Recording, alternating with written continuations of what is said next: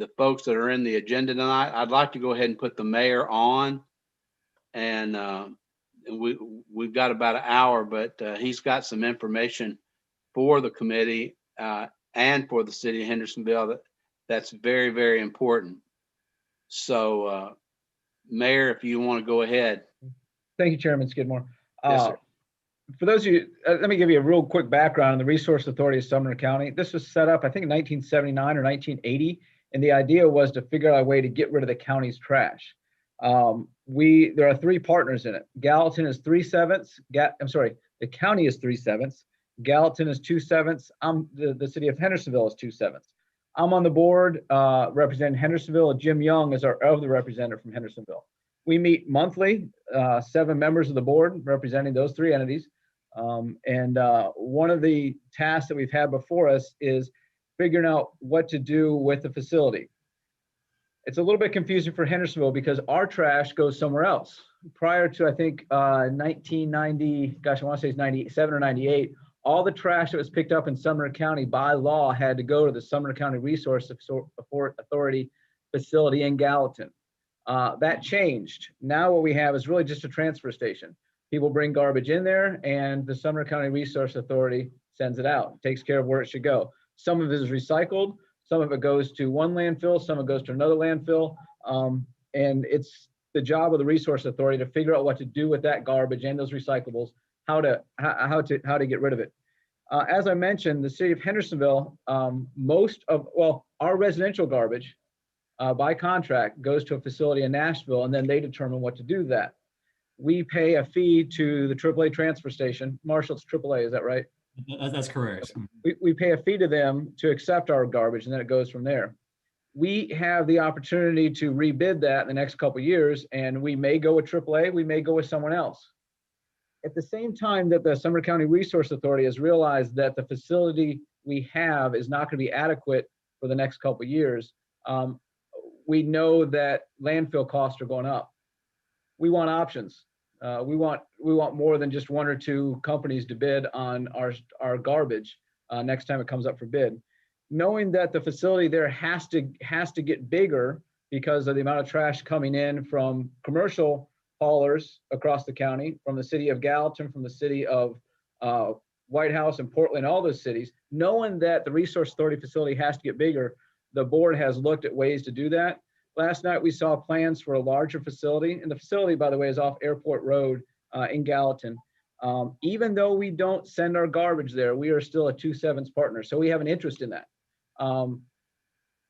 If we didn't have interest in it right now, we probably wouldn't want to buy into it. We probably wouldn't want to have part of it, but we do, and we don't necessarily want to give that up. For the past 8-9 months, we have been sending our trash from the Resource Authority exclusively to Smith County. We have a really good deal with them that they want our garbage from the Resource Authority. Again, we still have Hendersonville going to AAA. The idea with this larger facility in Gallatin is that it will allow Hendersonville, if we want to send our garbage there. More than anything else, what it'll do is it'll give us some options, it'll give us some leverage. So I just want to give you an update on that a new facility looks like it's going to be built there. We are still 2/7 of that facility and have input on it. And at worst, it's going to give us leverage for where our garbage goes in the future. Any questions?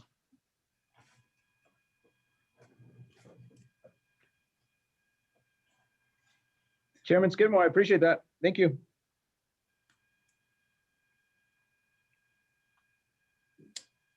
See, Chairman. he dropped off the. Did I put him to sleep? He dropped off the meeting. I don't see him. May have dropped. Well, until he jumps back on, are there any questions for the mayor on this? Does the city have a financial responsibility, an annual fee that we pay to this authority? We do have responsibility right now. We don't have an annual fee because it pays for itself. The fees that the Resource Authority charge are based on what it costs to get rid of the stuff. The idea, it's essentially a government entity. We want to provide a service. And just like we are expected to get rid of all the garbage at the end of the day, we're expected to cover our costs. The Resource Authority is. What we think the new facility will cost is somewhere between $12 and $18 million. We're not sure the best way to borrow for that, if it's the individual entities going out and doing that, if maybe it's asking Portland and White House and Millersville and Goodlettsville to buy in. There's all sorts of possibilities. But right now, I don't think the city has made a payment to cover any expenses in several years. Can they bid on our disposal like everyone else can when we Yeah. advertise? Yep. So right now, if for some reason the city of Hendersonville wanted to go dump out there, I think it's $46 per ton is what we can do there, which is competitive with what we're paying at AAA right now. And if we ever got in a bind, we can do any day. We can do that. We don't have to sign any sort of contract, but and Resource Authority could bid on that when it comes up. Okay, thank you, Mayor.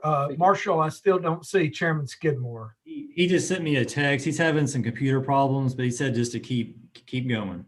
Okay, all right.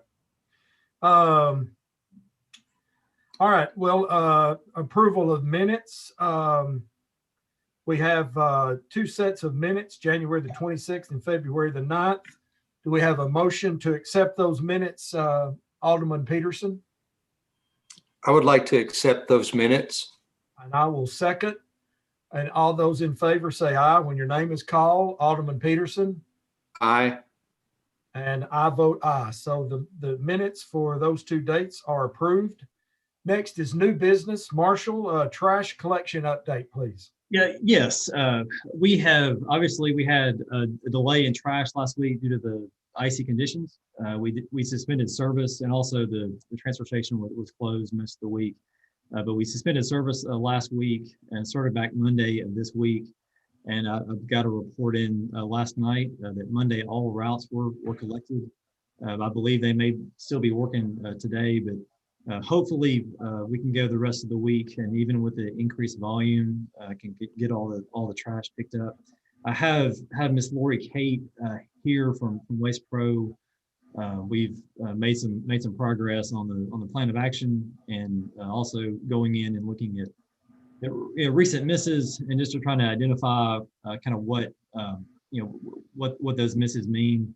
And they've gone in and investigated those a little bit further than just the surface look, and realized that the numbers are really better than what we thought they were, and the number of misses are much lower.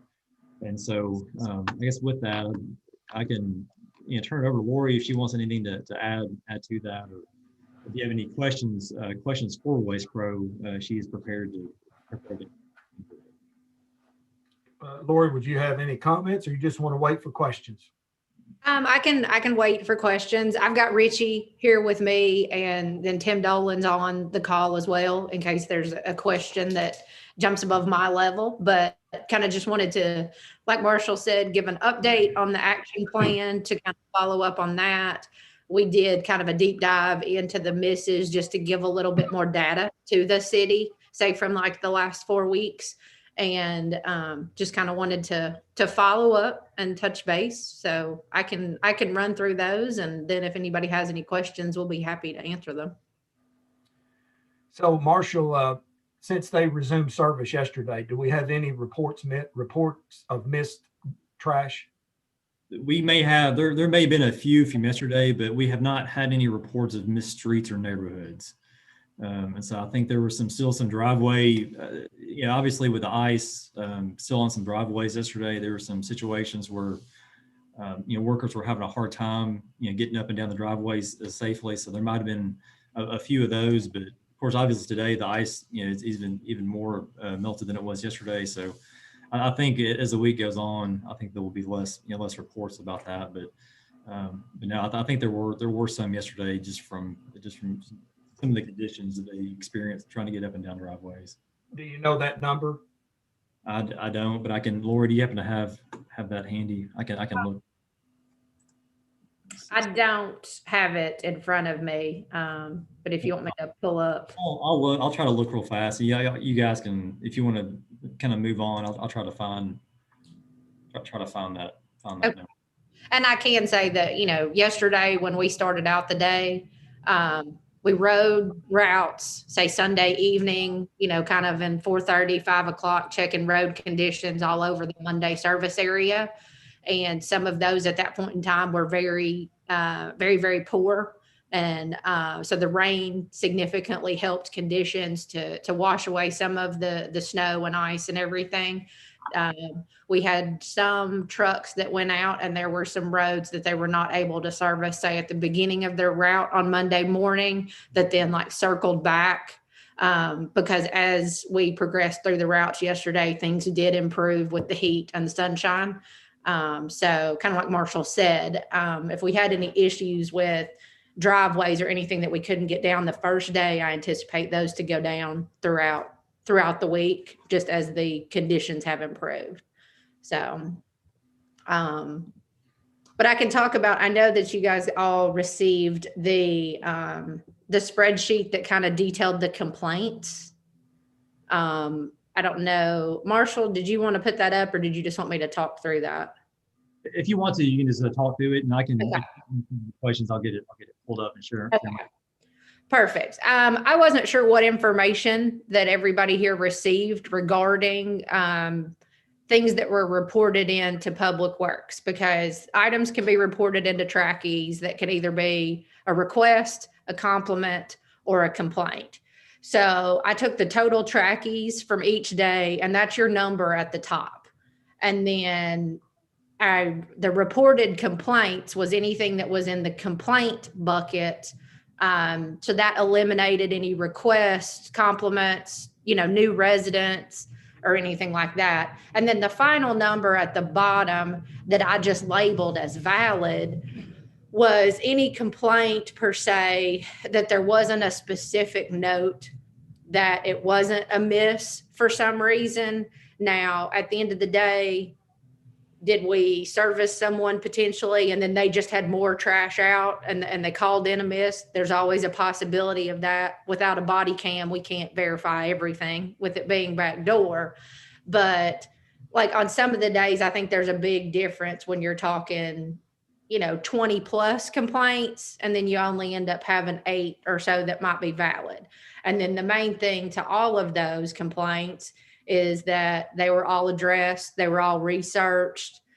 We went back and revisited them to all service them. And out of all of those, we had 5 that were not resolved within the 24-hour period. And essentially they were resolved within the 24-hour period. Our paperwork on our end to closing those out happened like in the 25th hour. Because I know we had a dedication to completing those within 24 hours. But I think it gives you a true number that, potential valid complaints were kind of on point, and the percentage of our misses in relation to the current customer count is extremely small.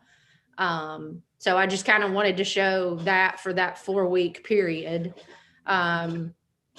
just so that everyone kind of had that information. And if you have any questions about that, that's the data that Marshall's office receives. So I'm happy to answer any questions on that.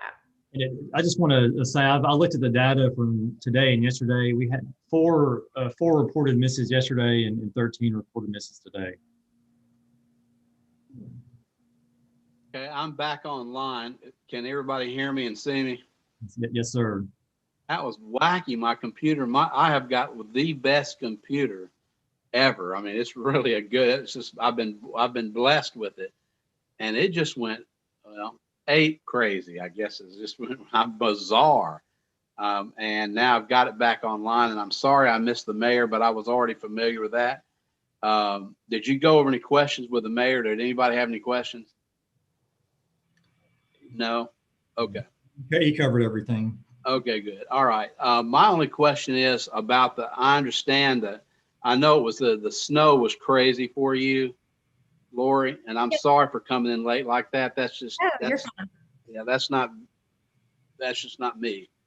And I thank you for that and being here this evening. Are we back on track now when the snow is just about, it's completely melted? Are we back on now or? Yes, I mean, Going? we completed all routes yesterday, Monday Monday afternoon. So all routes were completed. I was just sharing that some of the roads still on Monday morning, there were some areas that were a little bit dicey, and we went back to those Monday afternoon, but all routes were completed. There may have been some customers that we couldn't get down their driveway depending Sure. on conditions. So they may have called in, and we're addressing those quickly as the calls come in. But we expect that obviously to improve then, as the weather has turned to summer now. Right. So, Great. to my knowledge, everything is on schedule. Everything's on schedule today. And yes, the loads are heavy, and 2 weeks of garbage is a significant amount to every homeowner out there, but we're getting all of it cleaned up and ready to move on to So does that mean because I've had some people, usually people, they'll call me and I'm pretty well versed on about the trash and when the anticipation of it being picked up. But like on my own street now, will they be coming by here Friday on Yes. Neptune Drive? Yes, if whatever your regularly scheduled day are the days that we are running this week. We just Okay, great. Because I'll let my neighbors know then that have called and inquired about it. Yes, just basically skip that week. And so then we were right back on Monday service day today or yesterday and Tuesday today, and that'll continue through the rest of the week. Yeah, because I got to tell you, your guys, there was no way they were going to get on Neptune. I don't know if you drove by or had somebody. There was no way. I mean, it was impossible. I barely got out myself. Well, I know I got the salt truck came through like either Saturday or Sunday in my neighborhood. Right. And I mean, I have a Tahoe, but it's only 2-wheel drive, and that's how I got out. Was Well, once that salt kind of hit the street, that helped things a little bit, but otherwise we were still all right. nice.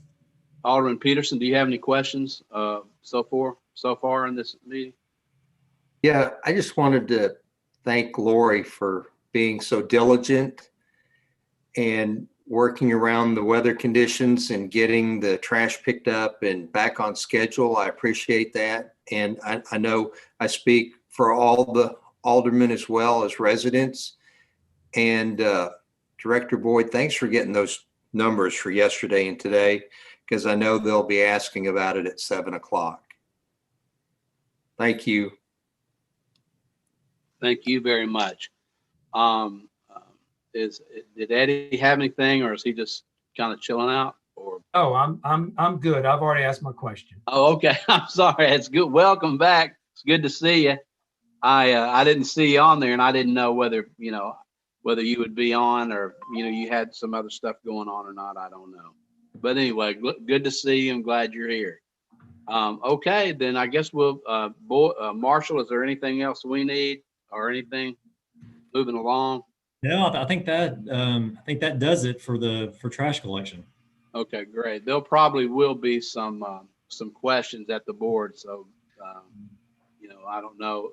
Lori, you might want to just stick around and see whether they have anything, or Marshall, both of you guys, later on tonight. I know that's almost 2 hours, but hey, that's why we get paid what we get paid for, right? All right. What's next on the agenda? We have a presentation from Path Company, and I give you a little bit of information kind of leading up to this. There's a company called Path that reached out to me several months ago about the conversion of Hendersonville streetlights to LED. And if you're obviously familiar with our streetlights in our town, we have a kind of a mixture of decorative, the Cobra head that kind of go out over the road, and they're along almost every street we have, with the majority of them being on obviously Main Street and Indian Lake areas. But there's a company called Path that reached out to me, and it explained how they're doing a project in the city of Goodlettsville to convert their streetlights to LED, and how much money that would save. Okay. And one of the biggest hurdles that we have, along with Goodlettsville, is, well, I won't say it's a hurdle, but just something that we would have to kind of work with is NES. We have NES has maintenance over a lot of our lights, as well as Cumberland Electric. And so one thing that Path showed was the ability to work with NES to work out an agreement. It's both advantageous to Goodlettsville and NES to go through this process. So I wanted to, I've obviously talked with them several times, and I wanted them to have a chance to present this to the Public Works Committee and just let you guys kind of hear what they have to say. And Mr. Scott Gilmore with Path is going to go through the presentation he shared with me a few weeks ago. All right. Thank you very much, Marshall. Alderman Peterson or Robertson, is there any objection to hearing Mr. Gilmer this evening? No. Hearing none. Mr. Gilmer, welcome to Public Works Committee. Thank you, Chairman Skidmore and Alderman and Director Boyd. It's a pleasure to be with you tonight, and thank you for the opportunity to be here. Also on the Zoom call with me is Russ Phillips. Russ is the co-founder and principal of Path, and we appreciate the opportunity to be here. I have a short presentation for you tonight, and I will share it here with you, but I really just want to have a conversation with you tonight about streetlights, so feel free to jump in with any questions that you have as we go forward here. All right, thank you. All right. And can you see my screen here? I do, but it's showing blank on my end. Okay, just a second. Let me see. Here we go.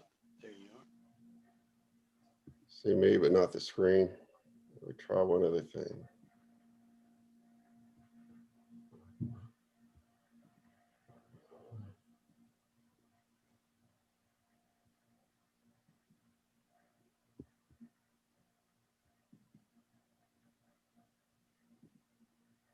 Still not coming through. God, do you want to email it to me and I can share mine? It might be. Okay, it's still not showing up. Yeah. Okay, sorry about that. It's all right. I've had computer problems this evening. First time I've had them in many, many years. It was strange. I don't know. All right, I'll email over to Russ here, and then we'll go ahead and get started. All right. I guess that set up here in just a second. Or is it the same presentation from January? It is. Changed it. It's the same. It's a different date. If you can pull it up. Let's just kind of get started, and obviously we want to talk about streetlights, but I would just kind of like to start. What are your thoughts about streetlights? Is it something you give much thought to or have issues with serving as alderman in Hendersonville? Well, here's Marshall usually takes care of those. I'm always, anything with Public Works, I'm always concerned about. And I'm sure that Alderman Peterson and Robertson are the same way. So guys, y'all can always chime in too, but on this as usual. But yeah, I'm concerned about them. If I see one out, I'll try to report it.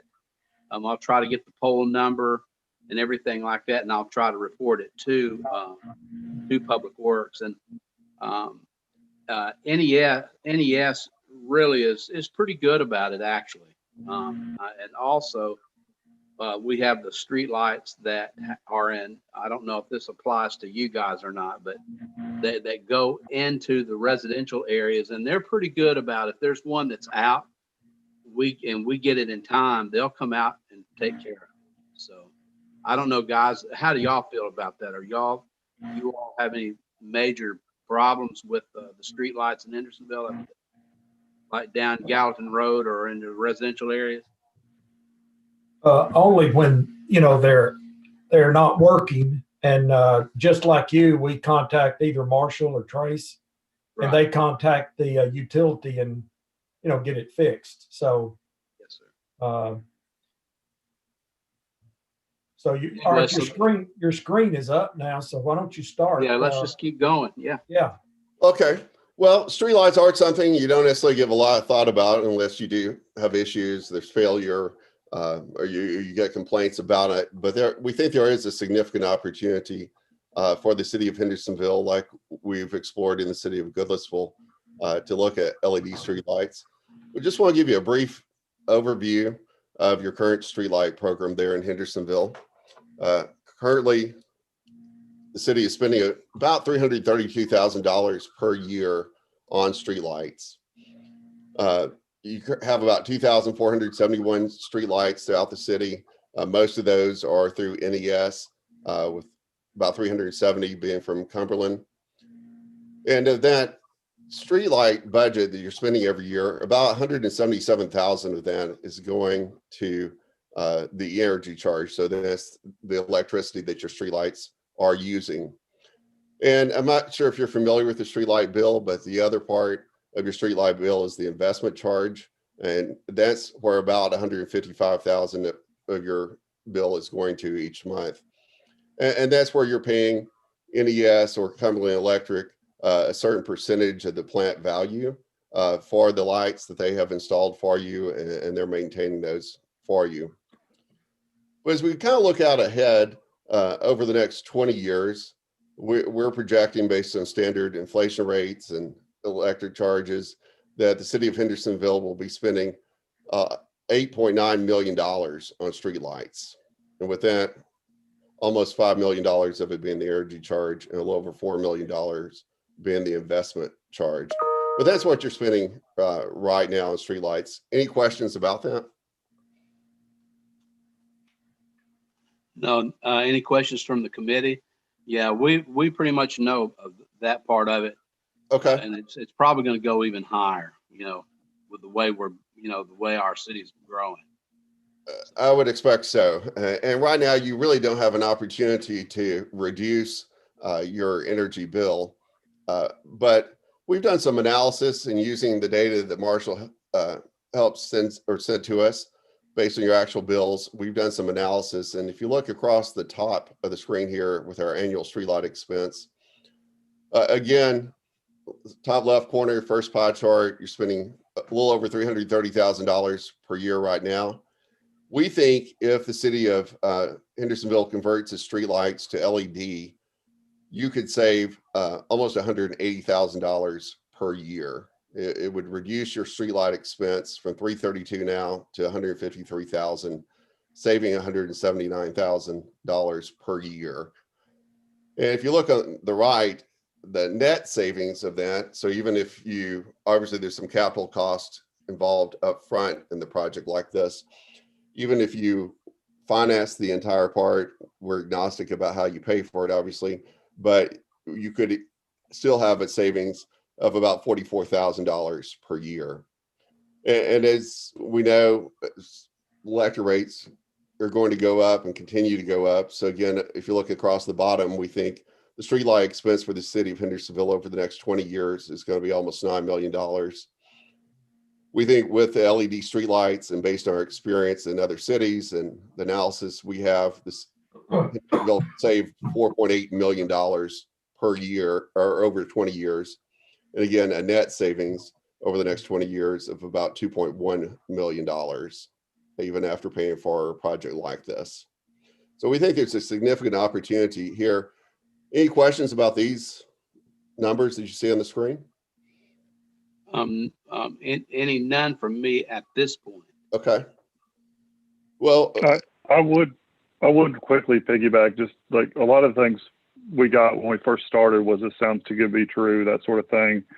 The thing we can, I guess, highlight is this is based on the same program that Goodlettsville just got done doing. We're actually starting work there this week.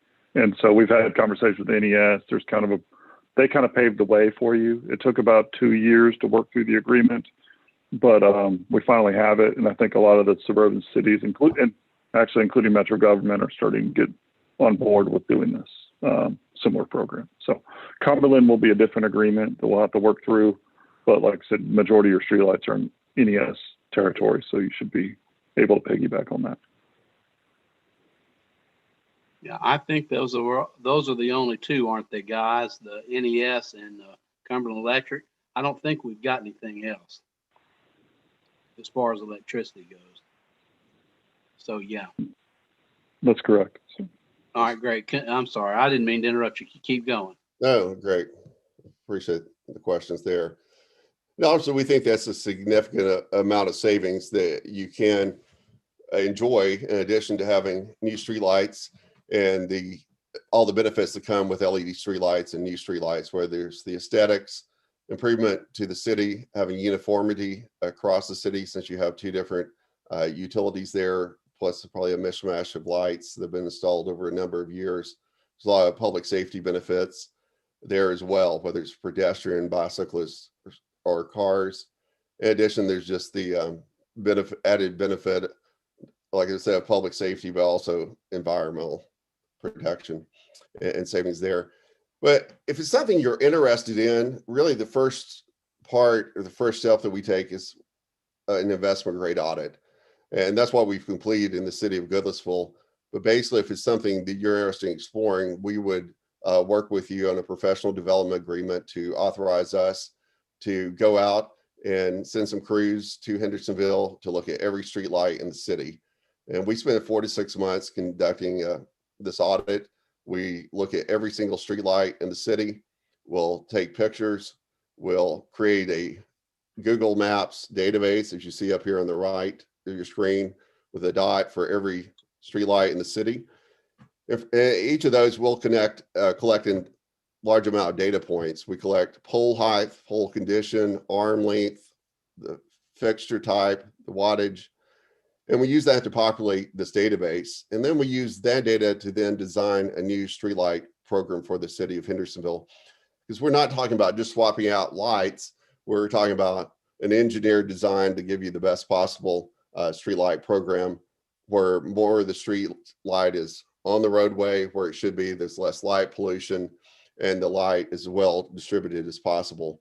And we, with the upper left-hand picture you see on the screen, we also look at designing lights for each typical type of intersection. So obviously on a major thoroughfare there, you're gonna have a different amount of light need than you have in a residential street, where we would have a lower amount of light there. And then this shows you Columbus, Mississippi. This is a project we've completed. It's slightly larger than Hendersonville, but you'll see up on the top the legacy lights there with the orange glow, a lot of light pollution, some dark spots where the roadway is not as well lit. Versus on the bottom, a completed project there in Columbus, as I said, where you have the new LED light fixtures and you have the clear, white, crisp light, a much more attractive roadway there. What's the longevity of them? What's the lifetime? That's a great question. The LED streetlights are engineered and designed for the last 22 years. They come with a complete warranty for labor and parts for 10 years. Okay, thank you. But they're much more reliable and much fewer outages than you have with the traditional lighting. Kind of looking a little deeper at the Columbus, Mississippi project, just show you a before and after bill. On the left, you see what their streetlight bill was back in July 2019 before we completed their project. And they were spending almost $46,000 per month on streetlights. On the right, you see the bill comparison for July of past year when we had completed the project. And there was a substantial reduction with them now just paying about $11,400 per month in streetlight bills. So you see the significant savings that they're able to enjoy there. And that's money they're able to use that either goes back in their budget, or they're able to use it to tackle other infrastructure projects or deferred maintenance there. But really, let's go ahead and see what questions y'all have. Again, here's another picture of a streetlight project where we converted the streetlights. We're not asking you to bite off a lot right now. As I said, the first step would just be to engage us and give us the authority to go out and look at your current streetlight program and to really refine these numbers and do a really deep dive with you and the staff on your needs and streetlights there. And then at the end of that project, we would come back to you with a final proposed project. At that point, we would guarantee the cost, guarantee the savings. We're one point of responsibility for the entire project, from the investment grade audit to the design to the actual installation. We're the general contractor in the project as well. But what questions you all have after seeing that presentation? What would you like to know more about? I have a question. Is there a cost, or where does the cost to the city come in? Is there a cost to do the investment grade audit? And if so, how much is it? Great question. On the investment grade audit, normally there is a cost. There's nothing free, right? Normally what happens is we do an investment grade audit, and the cost of the audit rolls into the actual project at the end of the day. With that said, there is a breakup fee, and normally we'll negotiate some kind of breakup fee in case you decide to not go forward with the project. But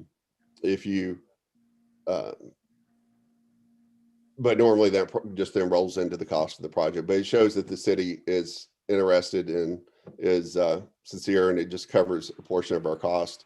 We don't make any money off of that. Let me ask you. We've been in the city. We've been over the last several years investing in LED lights in our parks department. Do you also have a similar type investment plan for parks that, for ball fields and stuff that the city uses? Yes, sir. That's something we could take a look at as part of our investment grade audit. In fact, we're doing that with the city of Lawrenceburg currently here in Middle Tennessee, as well as a number of other cities that we would be glad to look at your parks or ball fields as part of that process. And in fact, go ahead, Russ. I was going to say, typically the parks lights are typically not on the similar investment charge. So there's still savings, but there may not be as dramatic. Ball field lights often have investment charges, but they don't have as much usage. But it's very common to pair all these, as Scott mentioned, together and kind of create a program. And that would not affect the breakup fee. So, and did we give them a number, Scott? Do you have that number? I did not give them an actual number. Yeah. We've got it in the file. I can't look at it. Marshall? Yes, sir. I just wonder if he would know right offhand, about what we're talking about this, or he may want to wait and just talk to us privately. I might have missed that first part of the question. What was the? We were talking about the parks with the program about the lighting, and I just wanted to hear his thoughts about it. But that's okay if he, if we can keep going. But we'll talk to him privately about it. What was the question, Chairman? Skidmore? The question was, what we've got now down there at the parks, and would this fit? Would this fit? What his plan for the Parks Department in the city of Hendersonville? I can just tell you what I've put together is a cost plan to replace what we've got to LED in all the parks. Okay. I don't know that I would have access to like the broken out investment cost on the bills and different things like that.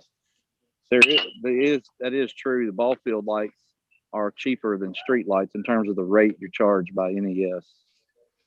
What the gentleman said was true on that. There is savings, but it's not as a significant as savings as a street light, but there is definitely savings going to LED. I think they could verify that. There are some savings there in addition to the opportunity to improve your lighting at your ball fields. Not only that, but more and more maintenance costs are going up in terms of having to replace the metal halide all the time. Same with street lights, and they're becoming harder and harder to find. That's like just finding material, and then even the lighting levels of the parks. We're looking at Lawrenceburg and upgrading the different lighting levels and increasing the output, of them. So, all right. But back to the original question. Sure. We'll look at whatever scope of work you want, we're confident that we've developed a program that works for cities, and it starts with the streetlights. It saves a tremendous amount of money, even net of the project. So it's one of those few chances in government to do something good and actually save money instead of actually costing money. And so we're happy to tackle whatever makes sense as part of that PDA process. Did you find the number, Scott, or I can try to look for it? 49,000. Okay, and that's How much? basically you sign. So How much did you say? 49,000 would be our estimate on the professional development agreement. If it would be a breakup fee, if you hired us to do the investment grade audit, we'd have a breakup fee of around $49,000. That just usually rolls. if into you the don't cost of the move forward with project. the project, as long as you do the project, it's rolled into the cost there. So So to me, here's a basic question, Scott. Can you go back to what on your screen of what we're paying annually? Yes, sir. Just a second. Right now, is it you're still paying, showing up? yes, $332,000 per year is what you're So, currently paying. so if we, and it's a hypothetical. So if we accepted your plan, would we be paying more or less than that $332,000 a year?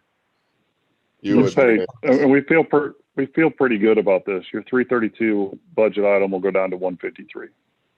Yeah, but we're going Right to be here. having to pay you for the installation and all of that. What I'm saying is net. Yep. Is So net out. that's what this slide is. If you can see my cursor, I don't know what shows up or does not. We're projecting $135,000 a year project cost, net of our fees, net of the project, net of paying NES, all the different components of the project, which will net you almost $44,000 first year. And we have more detailed cash flows we can show you. At this point, it's probably premature to start talking about exactly what it costs, what it saves. That's what we document as part of the investment grade audit process. But we wouldn't be here tonight if we didn't think we could get you close to this. And actually, I feel these are conservative estimates at this stage in the game. Thank you. That's all. All right, Does that thank answer your you. question, though? Yes, sir. All righty. Auburn, where'd he go? I was going to ask my other colleague, Mr. Alderman Peterson, but he's not on. He's probably on there, and I just don't see him. Did you have any? Can you see me? Yes, Can sir. you hear me? Oh, yeah. You're in good shape. Do you have any questions at this point? Yeah, I was going to ask, is this 20 years before our investment is paid off? Is that what the 20-year figure is for? We projected, this project cost, we projected a 20-year financing term to kind of match the length of the light so that you could receive the surplus in year one. You could do a 10-year note and have no surplus for the first 10 years. You could pay cash. You could use, I think Columbia is using some of the governor's grant money. Like, we're agnostic to the sources of funding, and we'll help work through that in the next phase on how you pay for it. But this is the best apples to apples that we found. Like, you'll pay $135,000 a year plus, and you'll pay that to the bank.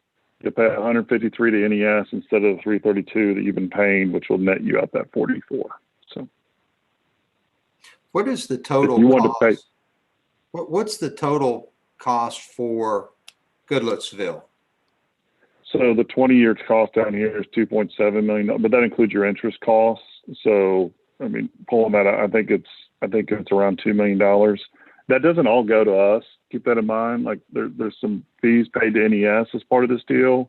There's a fee to buy the materials and install it, and then we basically just charge a developer fee on the overall project, like a general contractor would. So happy to go through those in more detail. Like I said, it's somewhat premature. I wouldn't get too hung up on the $2 million because the IGA is going to determine the specifics of that. And, at that point, we'll go through the pros and cons. But these are always called directionally correct numbers. There will be a budget surplus at the end of this. I'm confident of that. It's just a matter how you want to tackle it. Okay. Is the mayor still on the call? Oop, I am, Lee. I wonder if we would qualify for a Green New Deal grant. I mean, at some point, we need to let the folks that make those decisions know that it's not just indigent cities that are doing these kind of things. It's other ones. But yeah, that's a worthwhile question, Lee. Okay. So we'll help you explore the grants and things like that too. We're actually doing it. I don't know if you guys are eligible or not, but USDA actually has surprising boundaries of what they consider rural in a lot of cases. And so there's several cities that have gotten grants as part of these processes too, and we'll work that through in the IGA process. Yeah, I'm pretty sure we don't qualify. And it's a couple things. One is our proximity to Nashville, and the other is our density overall. Because we've tried in some other areas, but there are some other grants out there that we can certainly look into. Thank you, gentlemen. Thank you for your Thank you presentation. all for coming out tonight, Thank you all very much. We or appreciate at least coming with us on computer. Thank Thank you. Zoom is all a little different for all of us, but hopefully we'll be out of it soon.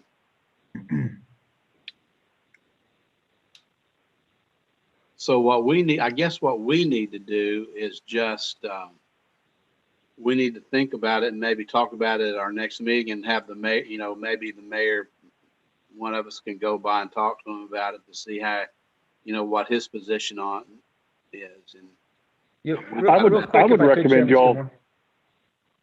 Okay. Say again?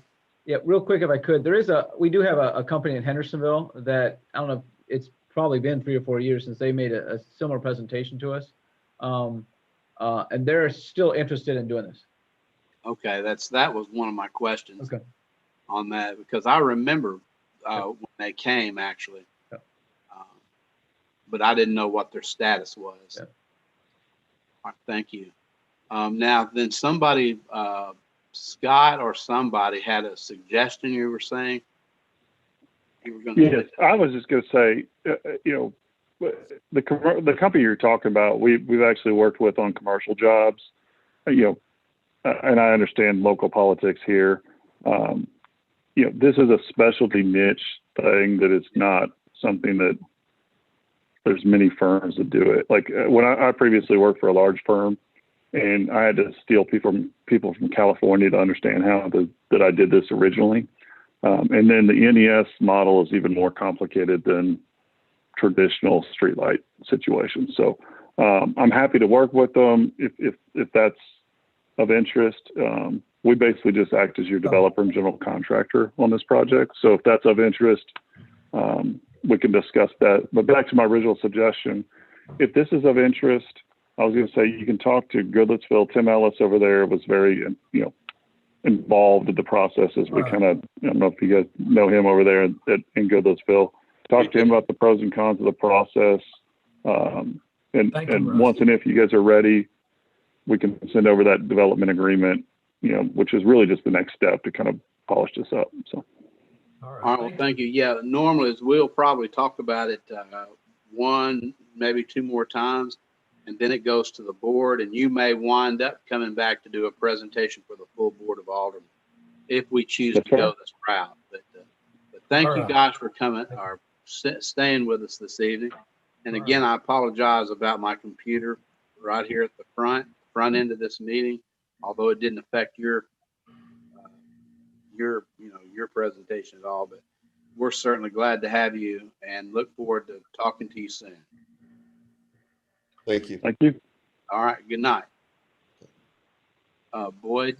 Marshall, do you have anything else? Sorry about that. The Chairman Skidmore, we have several items left on the agenda. I was going to ask the committee if there's a priority that they have on those remaining items that they'd like to maybe move to the front of the line.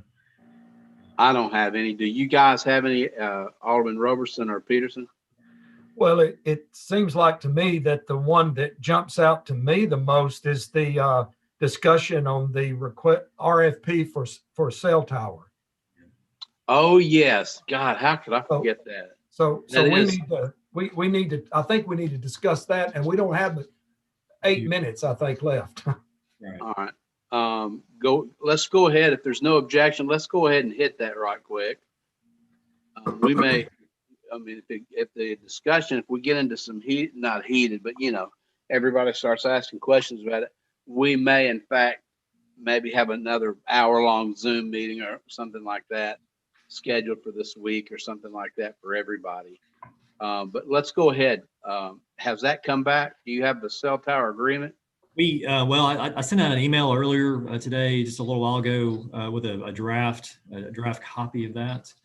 Okay. Certainly, if there's any change. And I've reviewed it. I've got some suggestions. I mean, I've read it, so I'm familiar with it. Marshall, I think there's a couple of things that we maybe have left out. Sure. Is there mentioned in here a request for the pole height? Yeah, there is. Okay. And what about decorative pole options? I think I asked, and I may have overlooked this, but I think I asked to send a picture of a example of one they proposed. But we can certainly include that in the RFP for a decorative option. Okay. I would also like on page 2, it's under section 1. I would like to include a declaration by the bidders that they provide any complaints or enforcement actions that have been taken against them by the Federal Communication Commission.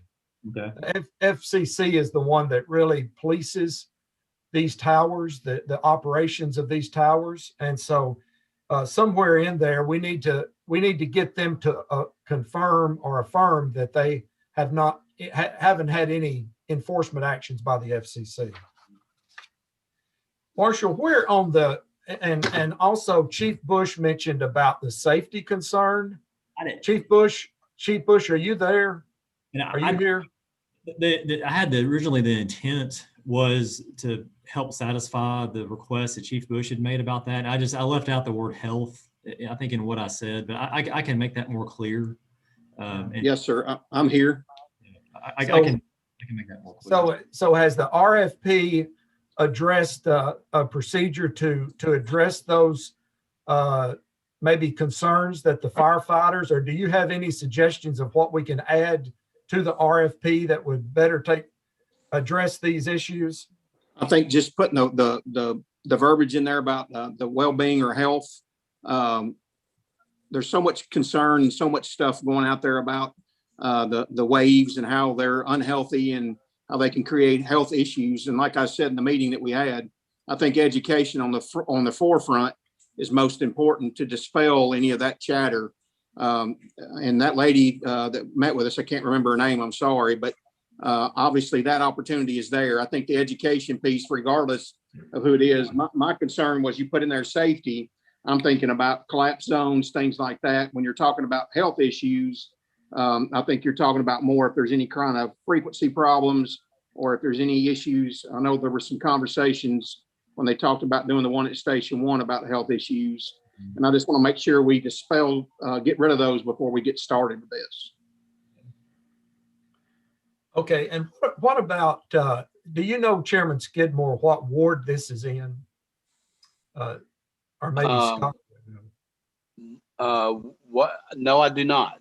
4. It should be Ward 4. Ward It's right there by Indian Lake Elementary. Yes, sir. I mean, do you think that we're going to get a lot of public pushback? If you base it off what happened over at Station 1, I think Mark can attest to this. There were several folks that were very upset about it. Yes, sir. We very well might. I think Chief Bush is correct on that. We and over there in that section, it's kind of basic. It's either Ward 2 or Ward 1 where they wanted to place it, like right on the line, actually. And there was a lot of pushback about it. There was a whole lot.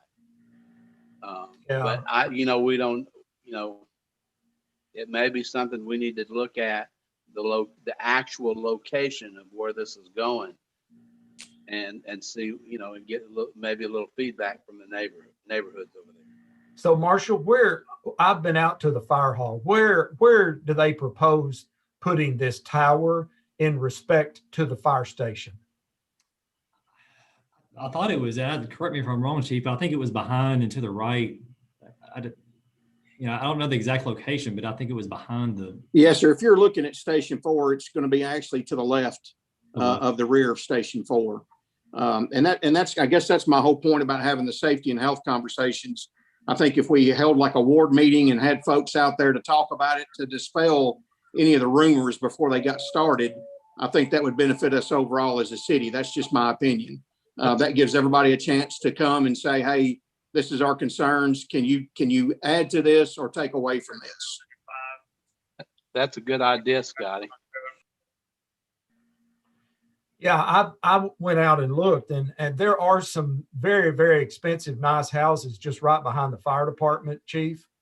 And I'm afraid, a large tower in their backyard would create a lot of public resentment. So I just, Chairman Skidmore, you've got more experience than I do, but maybe before we do an RFP, maybe we do a neighborhood ward meeting, and discuss the possibility and just allow the citizens to express their point of view. Yeah. Eddie, when do we need to act on this?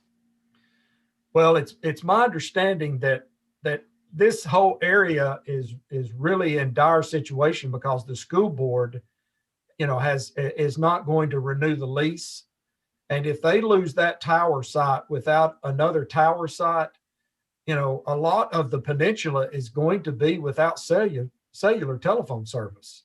Okay. So, it's kind of a difficult situation. Yeah, we need tower coverage over there, cell coverage, but I want to make sure we go about it the right way so that there's not a lot of public opposition and our friends from Ward 4 are not bombarded, by their constituents.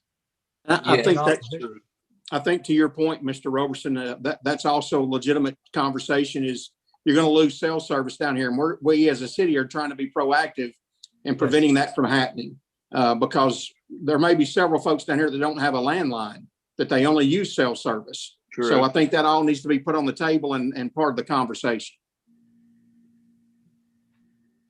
All right.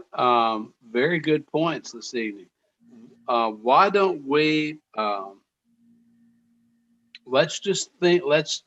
this evening's discussion, why don't we just think about it for the next couple of weeks, and maybe set a date and get with the press, get with the mayor's office, and get with the other aldermen to see what their feelings on a date or a time certain where we can do that. And because we'll need to see where we're going to do it, whether we're going to be able to talk or have it open to the public at the school or just wherever, because we need to get all that together and try to figure out, where we're going to do it, what time we're going to do it, and that kind of thing, and try to make it open to, for not only the public and the aldermen, but for any other interested person in the city of Hendersonville. Does that sound pretty good? What we'll do, Mayor, do you have any questions or comments about it? No, I appreciate that. I'm happy to help wherever I can. Okay, thank you. All right, guys. Well, let's just.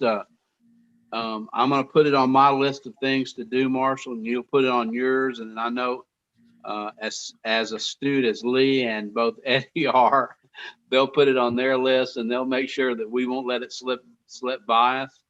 And we'll figure out and talk to the aldermen, the Ward 4 aldermen, as well as all the other aldermen, to see, what their dates, what they're thinking about it as well. And Chairman Skidmore, just in closing on item number 7. Yes.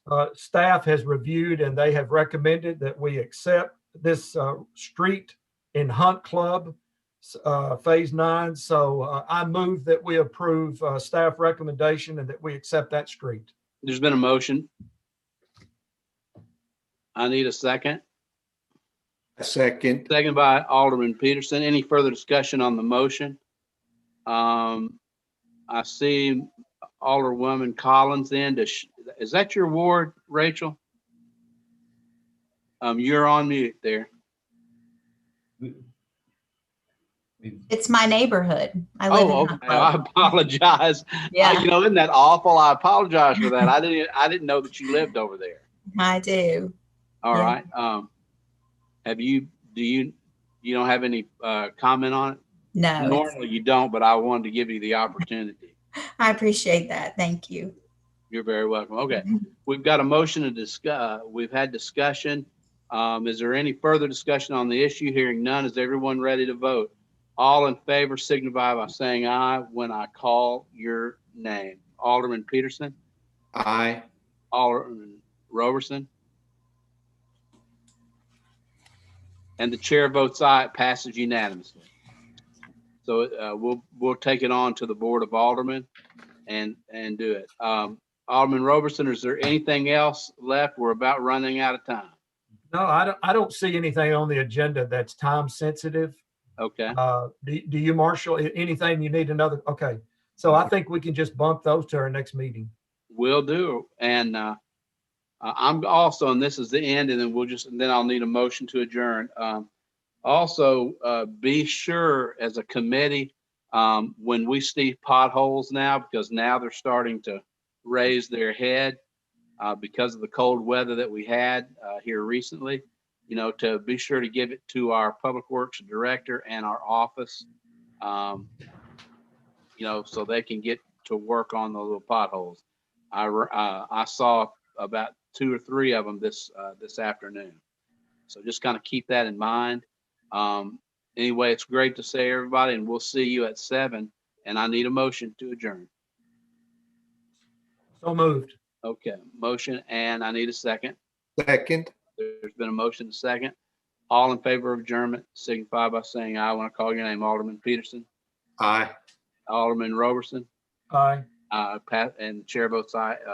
We're adjourned, and we'll be at